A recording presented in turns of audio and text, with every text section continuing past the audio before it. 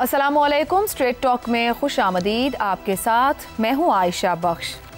Istanbul में पाकिस्तान और अफगान तालिबान के दरमियान मुज़ाकरात का तीसरा दौर जारी है। सिफारती ज़राए के मुताबिक अफगान तालिबान फितनल खारिज के खिलाफ कार्रवाई के लिए तहरीरी मुआहिदा करने से गुरेज कर रहे हैं। अफगान तालिबान की जानिब से लचक न दिखाने पर सूरत हाल मजीद पेचीदा हो सकती है। इतवार के रोज़ मुज़ाकरात में जमूद बरकरार रहा क्योंकि अफगान तालिबान का वफ्द फितनल खारिज और दीगर अस्करियत पसंद गिरोहों के खिलाफ काबिल तस्दीक कार्रवाई करने से हिचकिचाता नजर आया, जो अफगान सरजमीन से दहशतगर्दी कर रहे हैं।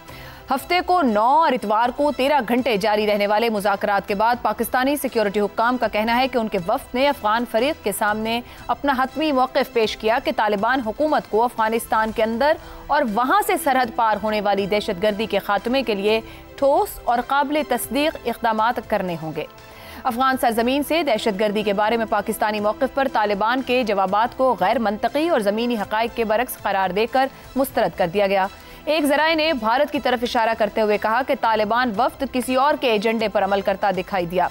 ये तासुर उस वक्त मजीद तक़वियत पकड़ गया जब मुज़ाकरात के दौरान ही भारतीय अफ़वाज ने लेपा सेक्टर में सीज़ फायर की खिलाफ वर्जी की। दस्तावेज़ात के तबादले के बाद कुछ उम्मीद पैदा हुई, मगर तवील मुज़ाकरात के बाद ये उम्मीद खत्म हो गई क्योंकि तालिबान वफ्द ने किसी भी किस्म की तहरीरी यकीन दहानी देने से इनकार कर दिया। हुक्काम के मुताबिक अफगान नुमाइंदगान काबुल और कंधार से हिदायत ले रहे थे और फैसले करने का इख्तियार नहीं रखते थे। तहरीरी वादे देने से उनकी हिचकिचाहट को इस बात की अलामत समझा जा रहा है कि वो कलअदम TTP और दीगर गिरोहों के खिलाफ कार्रवाई के लिए संजीदा नहीं है। मुज़ाकरात में पाकिस्तान ने कलअदम TTP, BLA और दीगर दहशतगर्द गिरोहों के बारे में तस्वीरी और दस्तावेजाती शवाहिद दोनों पेश किए, जिनमें उनकी क़यादत और नक्लो हरकत की तफसीलात भी शामिल थी। एक मौके पर अफगान तालिबान ने यह पेशकश भी की कि वो TTP को पाकिस्तानी हुक्काम के साथ बराह रास्त मुज़ाकरात की मेज़ पर लाने को तैयार हैं। तहम इस्लामाबाद ने इसे सख्ती से मुस्तरद करते हुए वाज़ेह किया कि वो किसी दहशतगर्द गिरोह से मुज़ाकरात नहीं करेगा और ये तालिबान हुकूमत की जिम्मेदारी है कि वो कलअदम TTP की सरपरस्ती खत्म करे। पाकिस्तान ने वाज़ेह किया कि इस्लामाबाद अपने अवाम की हिफाजत के लिए अफगान सरजमीन से उभरने वाले खतरे को किसी भी कीमत पर ख़त्म करने के लिए तैयार है। खबरदार किया गया कि तालिबान हुकूमत की जिद की वजह से अफगान अवाम को भी नुकसान उठाना पड़ेगा। मुज़ाकरात के दौरान ही पाकिस्तानी फौज ने पाक अफगान सरहद पर बड़ी दरअंदाजी की कोशिशों की भी इत्तला दी, जिससे तालिबान के अज़ाइम पर मजीद शुबहात पैदा हो गए। ये सूरत हाल अबूरी अफगान हुकूमत के दहशतगर्दी के खात्मे के अज़्म पर भी सवाल उठाती है और इसी से ये बड़ा सबब लेता है कि अफगान तालिबान की इस जिद की कीमत क्या अफगानिस्तान को अदा करना पड़ सकती है।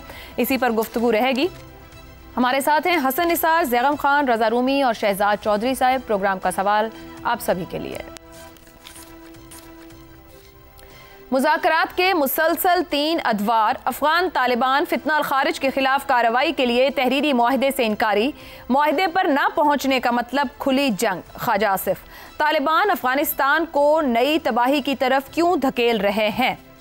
हसन निसार साहब, आपके ख्याल में क्या ये मामला किसी भी तौर मुज़ाकरात के जरिए नतीजे पर नहीं पहुंच पाएगा? दोनों हमसाए हैं और अगर तालिबान नहीं किसी नतीजे पर पहुंचने देंगे इस मामले को, तो क्या वो उस नुकसान के लिए तैयार है? माजी में वो ये एक्सपीरियंस कर चुके। हमसाया तो हमारा हिंदुस्तान भी है, उसको छोड़ें आप।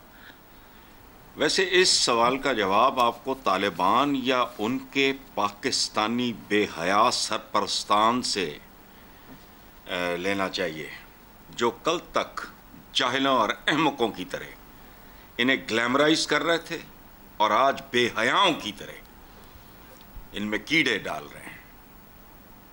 मैं नाम भी ले सकता हूँ, लूँगा इसलिए नहीं कि फिर मुझे ब्रश करना पड़ेगा जाके। ये आपके दानिश्वरों का हाल है। अच्छा, और ये जो आपने बात की तबाही की तरफ अफगानिस्तान को, तो ये इकलौती तबाही नहीं है, इससे भी बड़ी तबाही।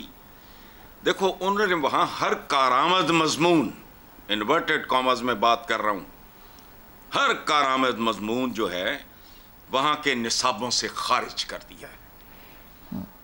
मैंने पढ़ा है, बस शॉक्ड। मोमिन की एक पहचान ये है कि वो अपने असर के साथ जिस शहद में जिंदा होता है उसके तकाज़ों को समझता है और एड्रेस करता है। ये मोमिन होने के ये ठेकेदार हैं। अच्छा, हर कारामद मजमून जो है वहाँ के निसाबों से खारिज। औरत जो नॉर्मली 49, 51, 50 इस तरह का होता है, उनके लिए तालीम पे पाबंदी है, हराम है। तो इनका कुछ नहीं है। ये आपने कहा ना कि वो गुरेज कर रहे हैं, तहरीरी मादे से इनकार, ये कर भी लेंगे तो कुछ नहीं होना, खोती बोर्ड थले ही रहेगी। याद रखना, इनका सिर्फ एक इलाज है, इनकी सदियों से इनकी सरिश्त में शामिल है इस खित्ते का इस्तेसाल, लूट मार, जिनको हमने मुजाहिदीन बना के पेश किया हुआ है, सोमनाथ पता कर रहे, मंदिर लूटने। वो छोड़ो, ये नहीं होना इस तरह। ख्वाजा आसिफ ने बहुत अच्छी बात की, हैट्स ऑफ टू हिम।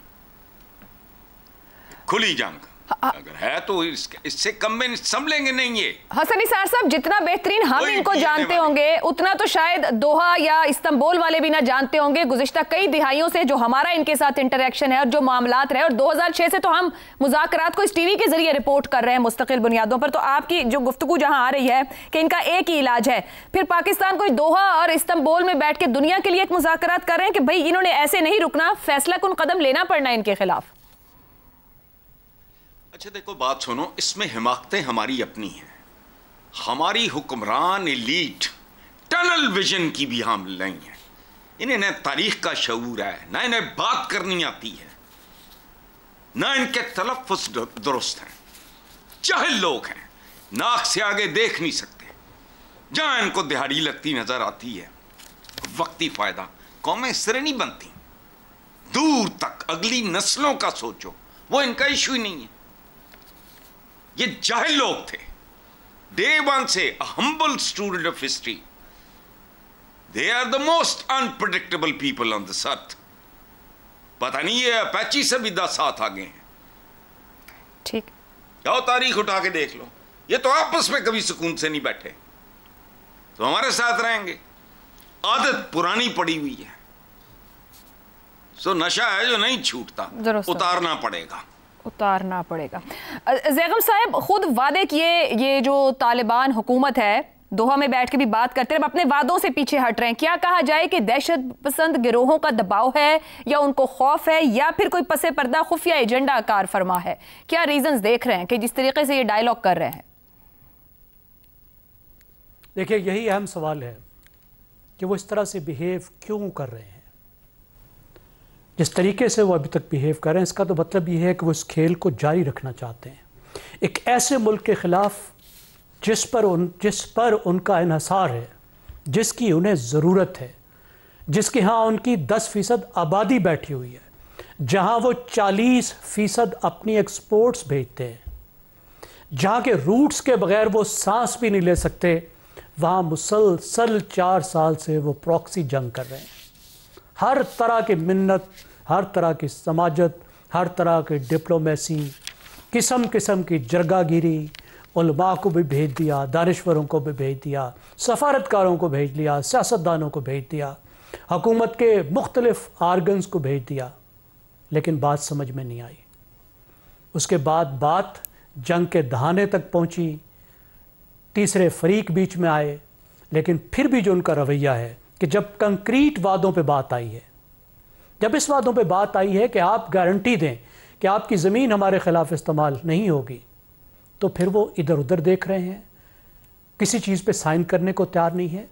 अगर आप हमारे खिलाफ प्रॉक्सी जंग नहीं कर रहे, ज़ैगम साहब कतई कलामी की माजरत, इधर उधर किसे देख रहे हैं? क्या तालिबान के साथ ग्लव्स इन हैंड हैं? क्या दबाव में हैं या खौफ में हैं कि यहाँ से हटें तो उन पे ना आ जाएं, या फिर कोई और भी फैक्टर है? देखिए, 3 मुख्तलिफ बातें हो सकती हैं। पहली बात जो आपने कही कि वो इनसे खौफज़दा हैं, मैं नहीं समझता कि खौफज़दा हैं। ये कहा जाता है कि वो जी इनको अगर इनके ख़िलाफ़ कोई एक्शन लेंगे, इनको मना करेंगे तो ये कहीं आईएसआईएस से मिल जाएंगे, दाइश से मिल जाएंगे। वो इनकी अमारत का हिस्सा हैं, वो इनके हाथ पे बैत ले चुके हैं, इसलिए जब अमारत उनको मना करेगी तो उस बैत के तहत वो पाबंद है। दूसरी बात क्या है कि वो किसी बहुत बड़ी खेल का हिस्सा है, किसी बैनुल-अक़वामी खेल का हिस्सा है, और जिसमें वो पाकिस्तान को भी टारगेट कर रहे हैं और शायद चीन के मफादात को भी टारगेट कर रहे हैं, कोई बड़ी खेल खेल रहे हैं। और तीसरी बात वो ये है कि ये सब उनकी अपनी खेल है। एक तरफ तो अफ़गान रियासत का 85 साला एजेंडा, 87 साला एजेंडा, उसको वो लेकर चल रहे हैं, जिसमें जो उनकी एक्सपेंशनिज्म है, अफगान रियासत की जो तोसी पसंदी है, आप देखिए कैसी मज़का खेज़ तोसी पसंदी है कि वो माहिदा जिस पर इनकी 4 मुख्तलिफ हुकूमतों ने दस्तखत किए, 150 साल पुरानी बात, दुनिया के तमाम जो लाइंस हैं वो पहली जंग अजीम के बाद और ज़्यादा दूसरी जंग अजीम के बाद ड्रा हुई। खुद अफगानिस्तान के बॉर्डर्स बाकी भी इसी तरह ड्रा हुए।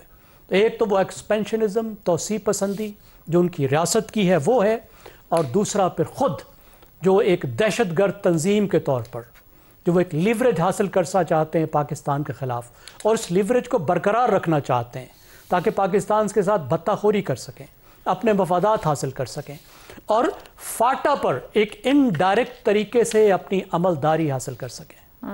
किस तरीके से पाकिस्तान इस चीज़ को कबूल कर सकता है? अब भी जब हम बात करते हैं तो वो देखें वो क्या कहते हैं। उन्होंने कहा जी हम इनको रिलोकेट कर देते हैं, इसका तो मतलब है कुछ ही नहीं करना। 100 मील दूर बिठा देंगे तो क्या 100 मील दूर से आके वो बॉर्डर में दोबारा नहीं घुस सकेंगे? ये किस तरह की गारंटी है? दूसरी बात कहते हैं जी आपकी बात करा देते हैं। जब बात करने लगते हैं तो उनकी कोई डिमांड ऐसी नहीं जो दुनिया की कोई भी रियासत कबूल कर सके। वो कहते हैं फाटा में हमारी अमलदारी होगी, हम आएंगे तो असले के साथ आएंगे, फाटा का पुराना स्टेटस बहाल होगा, यहाँ अफगानिस्तान वाली कोई रियासत इस बात की इजाजत नहीं दे सकती। मतलब हम फाटा को खुद से इनके हवाले कर दें। किस तरह हो सकता है? ये तो जंग वाली बात है ना। किसी तरह की कोई तहरीरी गारंटी देने को दुरुस्त हो गया ज़ैगम साहब। तो बात जंग वाली है जो हसन साहब ने कही, ख्वाजा आसिफ ने कही, और जहां आप भी बात को ले आए हैं। रजा रूमी साहब, ये गुफ्तगू हुई कि कोई उनके 85-87 साल पुराना एजेंडा या अज़ाइम है, मगर आज अफगानिस्तान के हालात ये हैं कि बुनियादी सहूलियात और ज़रूरियात वहाँ मौजूद नहीं है। आबादी जो ख़वातीन का एक बड़ा हिस्सा है वो निज़ाम का हिस्सा नहीं है। आपके ख्याल में जिस तरह बिहेव कर रहे हैं ये तालिबान हुकूमत, दोहा में जो बात की और अब वहाँ पर भी नहीं खड़े हुए, जिस तरीके से इस्तांबुल में वो कर रहे हैं, आपके ख्याल में ये वो खुद से कोई एजेंडा सेट कर रहे हैं? भारतीय असर और रसूख मौजूद है, आप उनके रवैये को किस तरह रीड कर रहे हैं इन मुज़ाकरात के दौरान? देखिए, उनका रवैया जो है उसको समझने के लिए ये ज़रूरी अमर है कि तालिबान जो है, पहली तो ये बात है कि वो कोई एक ग्रुप नहीं है, मुख्तलिफ टोलियां और जत्थों का एक मजमुआ है जिसको कि अफगान तालिबान या तालिबान बिलमूम कहा जाता है। और वो वहाँ पर दूसरी बात यह है कि वो कोई एक रेगुलर कोई सियासी जमात भी नहीं है कि जिनसे ये तवक्को की जाए कि वो कुछ जदीद खतूत की बुनियाद के ऊपर वो कोई निगोशिएट करते हैं या गवर्न करते हैं। वो एक बहुत ही दकियानूसी किस्म के नज़रिए पे कायम मुख्तलिफ ग्रुप्स जो हैं वो जमा है, और उनका इस वक्त जो हदफ है वो जो अफ़गानिस्तान में उनको हुकूमत मिल गई, कब्ज़ा कर लिया, इक़्तिदार मिल गया, कि वो किसी तरह से उसको वो कायम रखें। और उस नज़रियाती असास के लिए ज़रूरी है कि वो पाकिस्तान जो कि कभी उनका बेनिफैक्टर रहा है, बल्कि क्या दहाइयों की पे मुश्तमिल तारीख है, वो उसको भी अंडर प्रेशर रखें ताकि उससे कोई लेवरेज हासिल किया जाए। लेकिन उनकी ये पॉलिसी जो है बहुत ही शॉर्ट साइटेड है, क्योंकि ये लेवरेज जो है पाकिस्तान के साथ वो ज़्यादा देर कायम नहीं रहेगी। पाकिस्तान कहीं ज़्यादा बड़ी और ताकतवर रियासत है, और गालिबन यही मिस कैलकुलेशन जो है वो बारहा ये तालिबान की वहाँ पे हुकूमत कर रही है। सही। और दूसरी बात ये है आयशा के देखिए, वो वहाँ पर अंदर इस कदर इन फाइटिंग है, उनके इतने हिस्से बखरे हैं, मुख्तलिफ ग्रुप्स जो हैं वो आपस में जो है दस्तो गिरबान हैं। कलामी की माजरत, अगर लगता है कि वो इतने ज्यादा उनके हाथ में कुछ नहीं है तो उनको सामने से आके एक्सेप्ट करना चाहिए, दुनिया के सामने रख दें कि हमारा इख्तियार सिर्फ इतने से हिस्से पर है, ये कुछ हम कर सकते हैं, यहाँ से आगे आप हमें संभाल के दे दें, आप हमें मदद दे दें। वो अगर इतना उनके हाथ से बाहर है सारा मामला वहां पर। देखिए, अगर वो दुनिया के सामने ये तस्लीम करेंगे तो ये भी उनकी कमजोरी और उनकी हजीमत जो है इंटरनली वो वाजे होगी। मसला ये है कि अगर एक ग्रुप जो इस वक्त ताकत में है, जिससे कि कहा जाता है कंदाहारी ग्रुप है, और जो दो बड़े ग्रुप्स जिनका जिक्र किया जाता है, काबुल ग्रुप और कंदाहारी ग्रुप, और अगर ये काबुल ग्रुप जो है वो ज्यादा अमलियत पसंद है, और शायद वो पाकिस्तान के साथ कोई जो है डील कर भी ले, क्योंकि इनका एक ताल्लुक रहा है। लेकिन अगर ऐसा होता है और तो उसमें फिर वो गालिब आ जाते हैं, क्योंकि उनको फिर पाकिस्तान की सपोर्ट मिलती है, तो कंधारी ग्रुप जो है वो पीछे रह जाता है। इस वक्त ये जो उनकी अंदर की इन फाइटिंग है, ये एक बहुत बड़ा मसला बना हुआ है आयशा, और यही वजह है कि ये हम देख रहे हैं कि किसी तरह से भी वो लाइन पर या मेज पर आ नहीं रहे। तीसरी बात, ये जैगम खान साहब ने कहा कि वो ये नहीं समझते कि ये बहुत बड़ा इशू है, लेकिन बहुत से लोगों का ये कहना है, जो मुबस्सिरीन हैं या जो अफगानिस्तान के को कवर कर रहे हैं, वो ये समझते हैं कि वहां पर जो दाइश और दीगर इस तरह की तंजीमें हैं, खुसूसन टीटीपी को अगर वो बिल्कुल आइसोलेट करते हैं या उनके खिलाफ कार्रवाई का हिस्सा बनते हैं, तो फिर ये जो टीटीपी के फाइटर्स जंगजू हैं, ये जाकर उनका साथ देंगे या हिस्सा बनेंगे, जो कि फिर तालिबान की मजीद जो दीगर बड़ी रियासतें हैं जैसे रूस है, ठीक है, वो फिर वो उनके मजीद खिलाफ हो जाएंगे। अभी तो रूस ने उनको तस्लीम भी किया है, वाहिद मुल्क है दुनिया का, अगर आपको याद होगा। तो ये कुछ दाखिली मुहर्रिकात है, लेकिन उसके बावजूद होशमंदी का तकाजा उनके लिए खुद ये है कि अगर वो बचना चाहते हैं, अपना बचाव करना चाहते हैं, तो उनको पाकिस्तान के साथ जो है किसी ना किसी तरीके से वो डील करनी होगी। फिलहाल तो उसके कोई आसार नजर नहीं आ रहे, मगर तालिबान की कमजोरी और दाखिली कमजोरियां भरपूर सामने आ रही हैं। शहजाद साहब, ये फरमाइएगा कि अफगानिस्तान की सरजमीन पर ये जो दहशतगर्द बैठे हैं, अफगान तालिबान की भरपूर सरपरस्ती है या उनके काबू से बाहर हो चुके हैं? जब वो पाकिस्तान को ये कहते हैं कि हम आपके सामने उन्हें मेज पर लाकर बिठाने को तैयार हैं, तो आप इसको कैसे रीड कर रहे हैं? ऊपर जितने ऑप्शंस, या ये कह दिया गया कि कोई ऑप्शन नहीं है इनके लिए, ऑप्शंस क्या अब इस वक्त बचते हैं दोनों जानिब? देखिए, मुझे तो हैरानगी इस बात पे है कि हम पिछले 3 दिन से तुर्की के कैपिटल में बैठ के, या किधर, इस्तांबुल में, जी जी बिल्कुल, इस्तांबुल, बिल्कुल। अच्छा, वो कैपिटल में नहीं, इस्तांबुल के अंदर, वहां बैठ के हमने अफगान तालिबान को एक न्यूक्लियर मुल्क के अक्रॉस बिठा के वो साख दे दिया है जो पिछले कोई 3 साल से 4 साल से उनको मुहैया नहीं थी। ये दुनिया उसको डंप कर चुकी है तालिबान को। आपको ये पता है कि गो के बात की जाती है कि इतने अरब डॉलर उनको दिए गए, इस जनवरी से, इस साल से उसको मुकम्मल तौर पे बंद कर दिया गया। और ये वो मुल्क है, या ये वो रियासत है, या ये वो तालिबान रजीम है जिसको दुनिया नहीं समझती इस काबिल कि इसके साथ किसी किस्म का, लेकिन वरना तकलीफ होनी चाहिए थी लोगों को कि अच्छा, एक मुल्क है उसके अंदर खवातीन की तालीम नहीं हो रही है, और हाँ आवाज उठती है एक आध, लेकिन होता कुछ नहीं उसके बाद। तो दुनिया डंप कर चुकी है, तालिबान को भी, उनके निज़ाम को भी, और बदकिस्मती से अफगान आवाम को भी लगता है कि उन्होंने छोड़ दिया।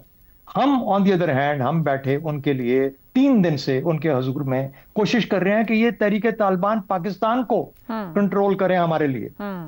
आपके हाथ पांव खुदा न खास्ता खत्म हो गए कि आप तहरीके तालिबान पाकिस्तान, जो कि आपका अपना दुश्मन है, पाकिस्तानी हैं जो वहां बैठे आपके खिलाफ हमला कर रहे हैं, खारजी हैं, उनको संभाल नहीं सकते। तो सवाल ये पैदा होता है कि हम ना तालिबान को साख दें, और ना ही ये कि हमारे जो दुश्मन है वो हम किसी और के कंट्रोल में दे दें कि वो जब चाहे उनको मरोड़ के जिस तरीके से इस्तेमाल करे, बल्कि हम खुद उनको मैनेज करें, हैंडल करें, न्यूट्रलाइज करें, खत्म करें उनको।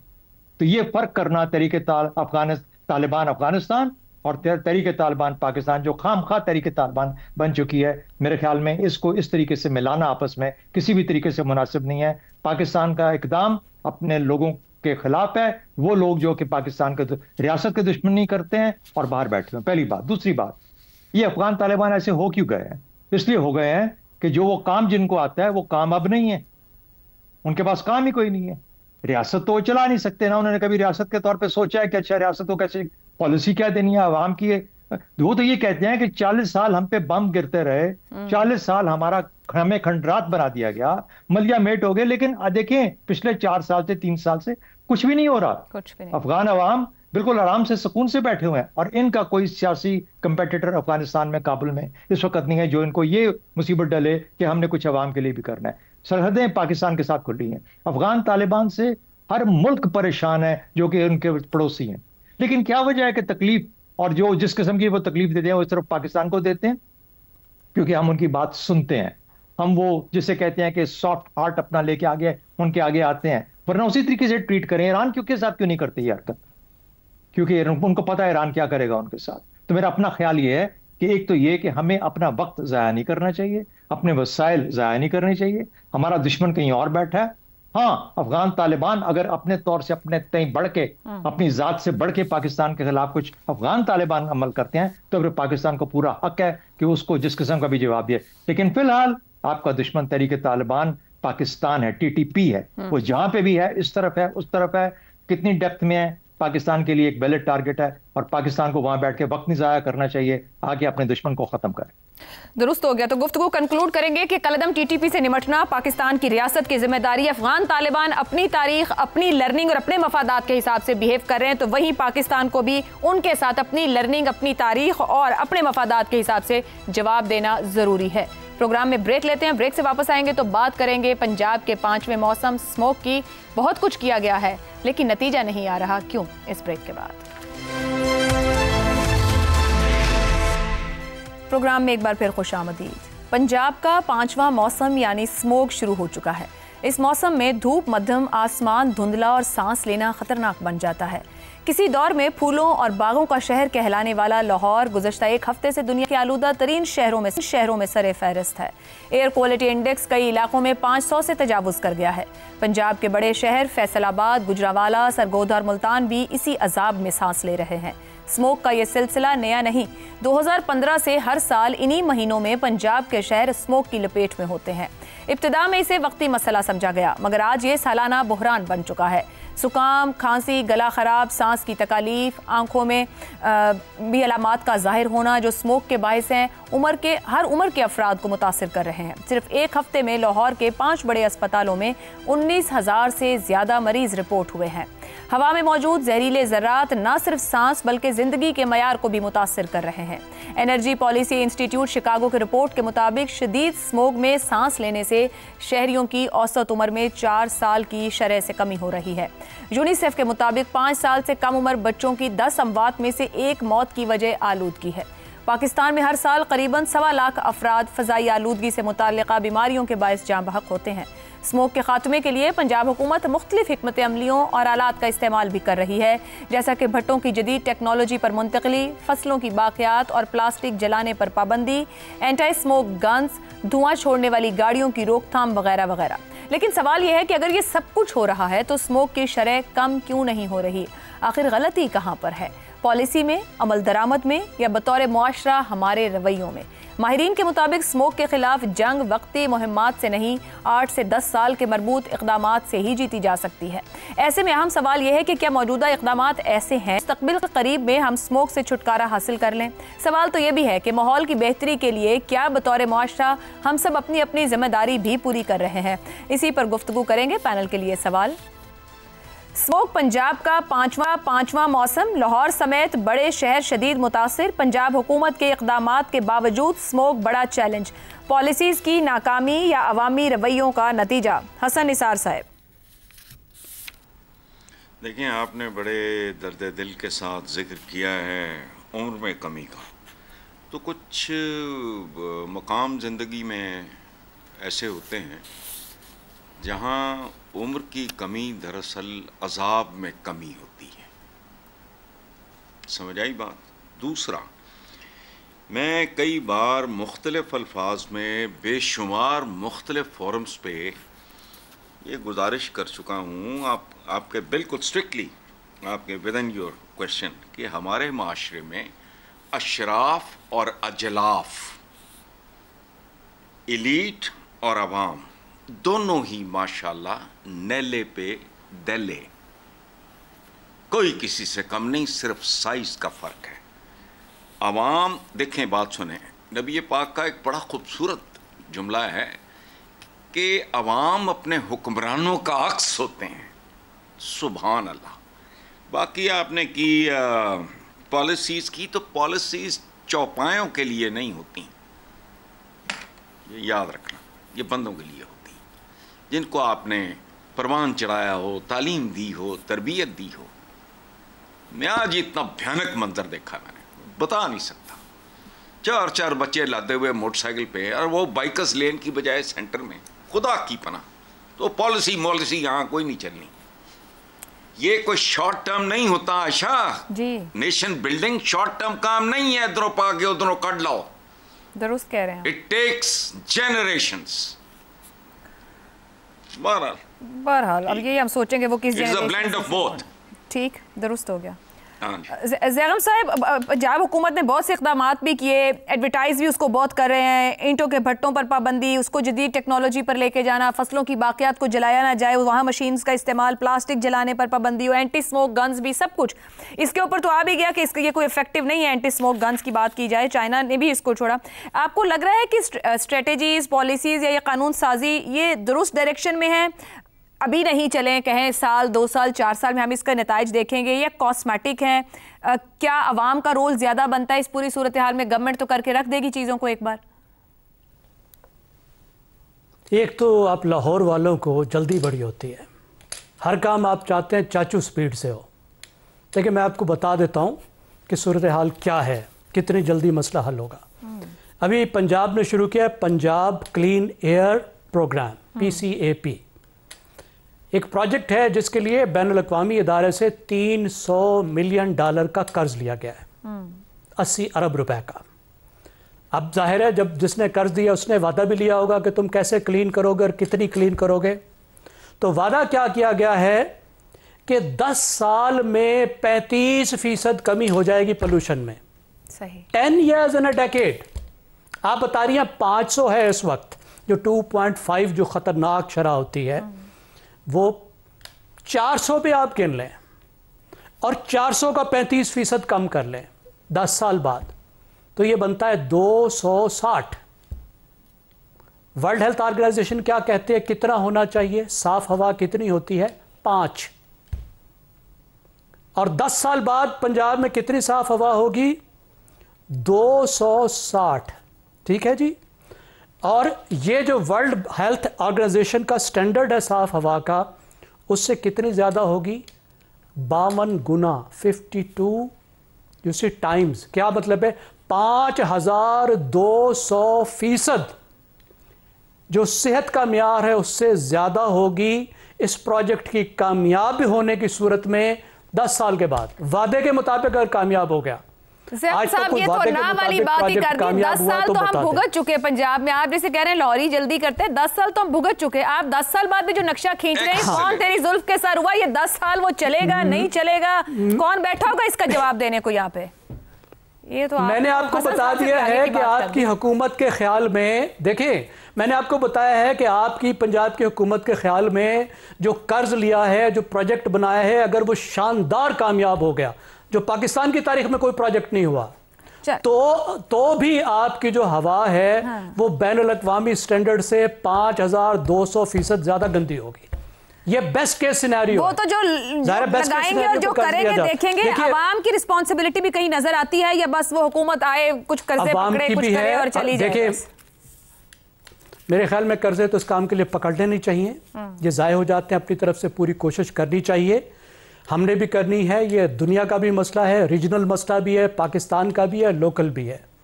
हमें देखना चाहिए ख़ास तौर पे सर्दियों में। देखें ये पोल्यूशन पूरे साल होती है, सर्दियों में मसला ये होता है कि इन्वर्जन होती है, जो नीचे की हवा है ज़मीन ठंडी होती है और जो हवा है आसमान है वो गर्म होता है, तो पोल्यूशन ऊपर जाती नहीं है।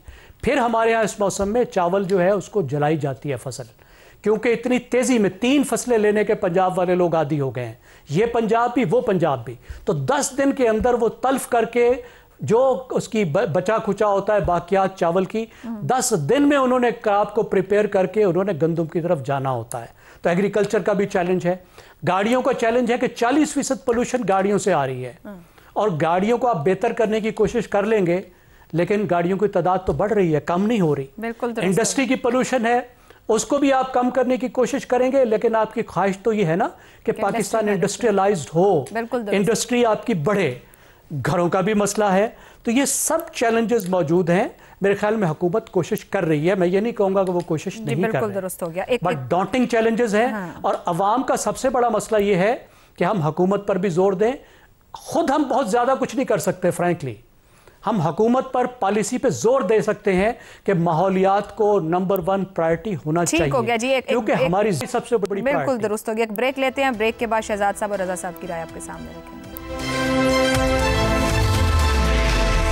स्मोक सियासी या मुआशी नहीं बल्कि लोगों की ज़िंदगियों का मसला है, तो शहजाद साहब क्या सियासी, मुआशी, समाजी जो पॉलिसीज़ हैं वहाँ कहा जाए चलें कोताही की गुंजाइश है, मगर जहाँ लोगों की ज़िंदगियों का मामला आ जाए, ये मसला बन जाए, वहाँ कोई हुकूमती या समाजी सतह पर कोई बर्दाश्त होनी चाहिए इस मामले को लेकर? नहीं होनी चाहिए। और जाहिर है कि जो लोग उस फजा में सांस ले रहे हैं उनको तो सबसे पहले ज़्यादा मैक्सिमम अफेक्टेड वो हैं। और इसका ताल्लुक अवामी रवैयों से तो है ही है, लेकिन मेरे ख्याल में गवर्नमेंट की पॉलिसीज के साथ सबसे ज़्यादा है। लेकिन उस क्या वो समझते हैं कि वो क्या किस तरीके से मरहम पट्टी करने से जख्म तो शायद कवर हो जाएगा, लेकिन जो बुनियाद है उसकी उसको तो हम ठीक नहीं कर पाएंगे। स्मॉग है क्या, किस क्यों हो जाती है? जो फजा में कार्बन और मिट्टी के जो जर्रात हैं, कार्बन और मिट्टी, कार्बन कहां से आती है? धुएं से। धुआं कहां से निकल रहा है? जलाने का भी है, गाड़ियों का भी है, 40% गाड़ियों का भी साहब ने आपको बताया। ये धुआं जो फजा में रुक जाता है और मिट्टी जो कंस्ट्रक्शन की बेहंगम कंस्ट्रक्शन के साथ आपकी फजा में, लाहौर की फजा में बैठी हुई है, ये वहां पे एक तय बना देती है। उस तय को फिर उसके गिर्द जो पानी के बुखारात हैं, जब टेम्परेचर कम होता है तो वो जमना शुरू हो जाते हैं। और ये है वो नुकसान जो कि आपको सांस के लेते हुए नजर आता है और देखने में भी नजर आता है। अब क्या इसका हल क्या है? चंद चीजें तो वाज़ेह हो गई। आपने कहा भट्टों को इलेक्ट्रिकल करना पड़ेगा, फसलों को जलाना बंद करना पड़ेगा। गाड़ियों को हम किस तरीके से कम कर सकते हैं? गाड़ियों को क्या कोई रिप्लेसमेंट का तरीका है? कोई इलेक्ट्रिकल गाड़ियों को कोई सहूलतें देंगे? किस तरीके से करेंगे? ये पॉलिसी के काम है। और ये फिर 15-20 साल तक चलते रहने हैं। ये ऐसे नहीं है कि 2 साल के अंदर हम जो झंडा गाड़ लेंगे कि अच्छा हमने उसके ऊपर काबू पा लिया। होगा भी नहीं, कभी भी नहीं होगा। लेकिन दुनिया में ये काम हुआ है। बीजिंग आज भी पिछले 25 से 28 साल से ये एफर्ट कर रहा है, और एक दुनिया का जिसे कहते हैं आलूदा तरीन शहर होने के बावजूद आज मेरे हाल में बहुत बेहतर और क्लीन फजा लेके आ गया है, क्योंकि ये एफर्ट आज भी जारी है बीजिंग के अंदर। दूसरा, एक और दरियाए गंगा जो कि बनारस के करीब जहां पर ये कुंभ मेला करते हैं, वहां पर इतना गंदा और गलीज उसका पानी है कि उसको अब गंगा को साफ करने की एक एफर्ट वहां पे, और वो कर भी लेंगे, अभी नहीं, 5-10-15 साल की एफर्ट के बाद। तो कौमें जो बनती हैं, सबसे पहले मैं हसन निसार साहब बार बार कहते हैं ये कौम इस काबिल, मेरे ख्याल में हसन निसार साहब को चाहिए सबसे पहले इस कौम को बताएं कि, या इन लोगों को बताएं कि डिसिप्लिन इस कौम में कैसे लेके आना है।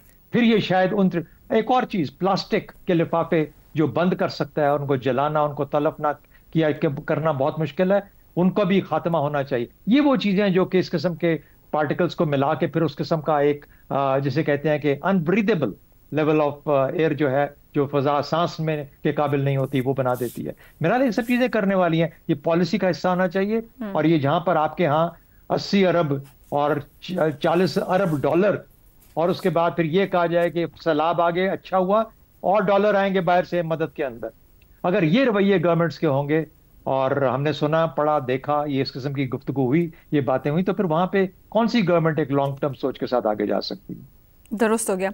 रजा रूमी साहब, ये अभी जो रवैयों की बात हो रही, तो मेरे जहन में आ रहा था कि पॉपुलेशन एक सबसे बड़ा मामला है। यहाँ पर हुकूमतें पॉलिसी ले आएंगी, कानून साजी कर देंगी, फिर कितने दिन और कितने दिन नहीं वाली बात आ जाती है। ये 25 करोड़ को ढालना एक बात में, अक्सर औकात प्रोग्राम में भी तो आपको एक ट्रैफिक सिग्नल पर खड़े होना नहीं सिखा रहे हैं, कानून पर अमल दरामद नहीं लोग सीख पा रहे हैं। तो क्या हम चाहे दहाइयों भी एक मामले को चला लें, अगर सोसाइटी ने जिम्मेदारी नहीं ली तो फिर क्या हम इससे लड़ सकते हैं, स्मोक से? देखिए, सोसाइटी बिल्कुल जिम्मेदारी लेगी, जबकि रियासत और अशराफिया जो है वो एक प्रेसिडेंट सेट करेंगे और वो उस तरीके से उनमें अपना ट्रस्ट बिल्ड करेंगे जिससे वो रियासत की बात भी सुने। अभी तो पाकिस्तान में तो सबसे बड़ा आबादी के फैलाव के बाद दूसरा मसला यह कि अवाम और रियासती इदारे जो हैं, हुकूमती इदारे जो हैं, उनमें ट्रस्ट की कमी है। आप जो भी उनको कह दें वो लोग उसको शक की निगाह से देखते हैं। तो ये एक सिटीजन स्टेट रिलेशनशिप जिसे सोशल कॉन्ट्रैक्ट कहा जाता है अमूमी तौर पर, वो भी तो बिखर चुका है उसका शिराजा। लेकिन जरा स्मॉग पे आ जाइए। देखिए, 3-4 बड़े रीजंस हैं। सबसे पहला तो रीजन जो है वो व्हीकल्स का है, उसका जिक्र हो गया। 40 से 50% जो स्मॉग है वो गाड़ियों की वजह से है। एक तो गाड़ियों की टेस्टिंग जो है वो लाजमी है, उसके इदारे मौजूद हैं, लेकिन हमें भी मालूम है और जो लोग देख रहे हैं नाजरीन वो भी जानते हैं कि रिश्वत दे के आप अपनी गाड़ी को फिक्स का, चाहे आपकी मिनी वैन हो, बस हो, जाती गाड़ी हो, आप उसको वो फिटनेस सर्टिफिकेट ले सकते हैं। फिर फ्यूल की क्वालिटी है वो पेट्रोल या डीजल जो डाला जाता है उन गाड़ियों में, उसको ठीक करने की जरूरत है। ये सब हंगामी बुनियादों पर होना है। अगर नहीं होगा तो फिर वही बात है कि 7 साल फी कस हर शख्स की लाइफ एक्सपेक्टेंसी गिर चुकी है। ये स्टडीज और हमें साइंस बता रही है। तो इसलिए ये एक इंसानी जिंदगी का और इंसानी हकूक के हवाले से भी राइट टू लाइफ की वायलेशन है। दूसरा है फैक्ट्रीज लाहौर के इर्द गिर्द, लाहौर के अंदर, चाहे वो ईंटों के भट्टों का आपने जिक्र किया, उसके अलावा भी बेतहाशा फैक्ट्रियां आपको दिखाई देती हैं। शाम को धुआं निकलता है उनका, उनको बाहर निकालने की जरूरत है। अब अगर मगर की स्टेज नहीं है। तीसरा आयशा क्रॉप बर्निंग है, जो कि इंडिया के साथ आपको बात करनी होगी, क्योंकि ये पंजाब जो है बॉर्डर से, वो इस मामले को मैनेज करना होगा। और इसके अलावा जो है चौथा है कंस्ट्रक्शन की जो डस्ट होती है, वो भी इसका हिस्सा बनती है। लास्ट टाइम इस मामले पे कम्युनिकेट किया गया था, मगर वहां से कोई इतना पॉजिटिव रिस्पांस नहीं रहा पाकिस्तान। देखिए फिर यही बात होती है ना कि वो पॉजिटिव नहीं आएगा तो उसके लिए कुछ हालात पैदा करने पड़ते हैं।